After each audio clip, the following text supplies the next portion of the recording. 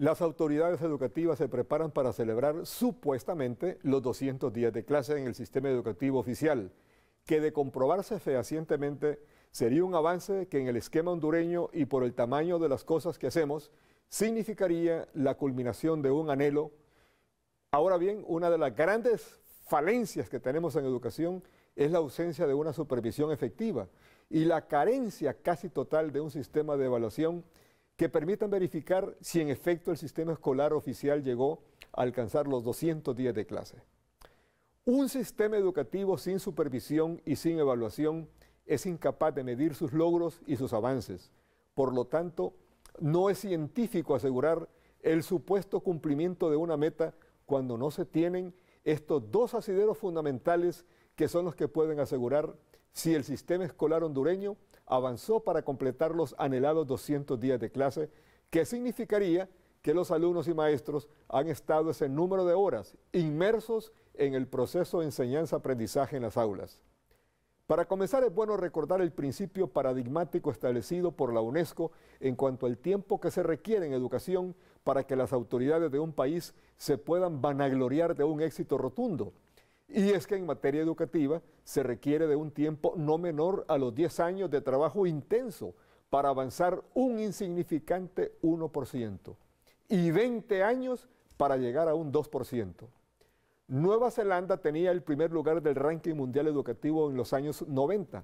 pero una mala decisión de las autoridades educativas neozelandesas que consistió en excluir a los padres de familia de las juntas escolares, le dio la voltereta al sistema y aquel país se sumió en un 8º lugar. Y han tenido los neozelandeses que trabajar intensamente los últimos 20 años para recuperar apenas 2 puntos en el ranking educativo. Muchas voces sensatas han propuesto un pacto nacional sobre la educación que consiste en alejar el tema educativo de la confrontación y de las cuestiones especialmente graves, como son las de aspecto ideológico, que no aportan a la educación de la niñez y en cambio contribuyen a desestabilizar la salud escolar, cosa que pudo verse en los años subsiguientes al 2009, cuando infinidad de maestros se mezclaron con los asuntos políticos ideológicos, al grado que llegaban a las aulas a impartir monsergas ideológicas a los niños, mientras dejaban por un lado la enseñanza. Se dice que el ministro de Educación, Marlon Escoto, ha sido clave en el aparente estado de gobernabilidad que hay en el sistema escolar, porque ha puesto en cintura a los tosudos dirigentes magisteriales cuyo papel a lo largo de los últimos 20 años, para desdicha de la nación, ha sido el de aletargar el proceso educativo en base a las constantes huelgas y paralizaciones sin justificación que deja sin clases a los niños. En efecto, la impresión que tienen algunos sectores es que el ministro Escoto puso quieto a los dirigentes magisteriales revoltosos y a través de ellos a la masa magisterial que se dedicó entonces a trabajar. Pero volvemos al principio. ¿Qué proceso de evaluación y qué sistema de supervisión tiene la Secretaría de Educación para mostrarnos en detalle que las miles de escuelas y colegios públicos han permanecido inmersos en el trabajo educativo, tanto en el nivel escolar como en el colegial?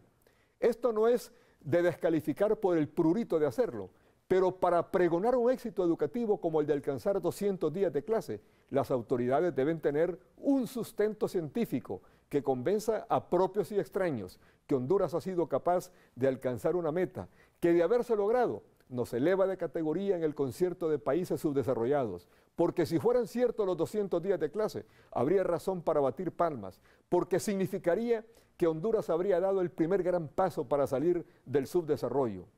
Nosotros, que inicialmente somos maestros de educación primaria, nos sumaríamos a la celebración en el momento que el ministro Marlon Escoto pueda demostrarnos con documentos fehacientes, indicándonos qué sistema de evaluación y supervisión aplicó la Secretaría para lograr este avance progresista que, de comprobarse científicamente, sería un auténtico salto progresista en el campo educativo. Pero sin sistemas de evaluación y supervisión efectiva, no es posible hablar de 200 días de clase. Es un reto amistoso que le planteamos al ministro Marlon Escoto, que siendo un funcionario público está en la obligación de demostrarnos que efectivamente la Secretaría a su cargo ha llevado el sistema educativo escolar público a los 200 días de clase. Caso contrario, habría razón suficiente para creer que este anuncio del ministro Escoto tan solo es un vacilón para poner una nota de alegría en los momentos que vivimos.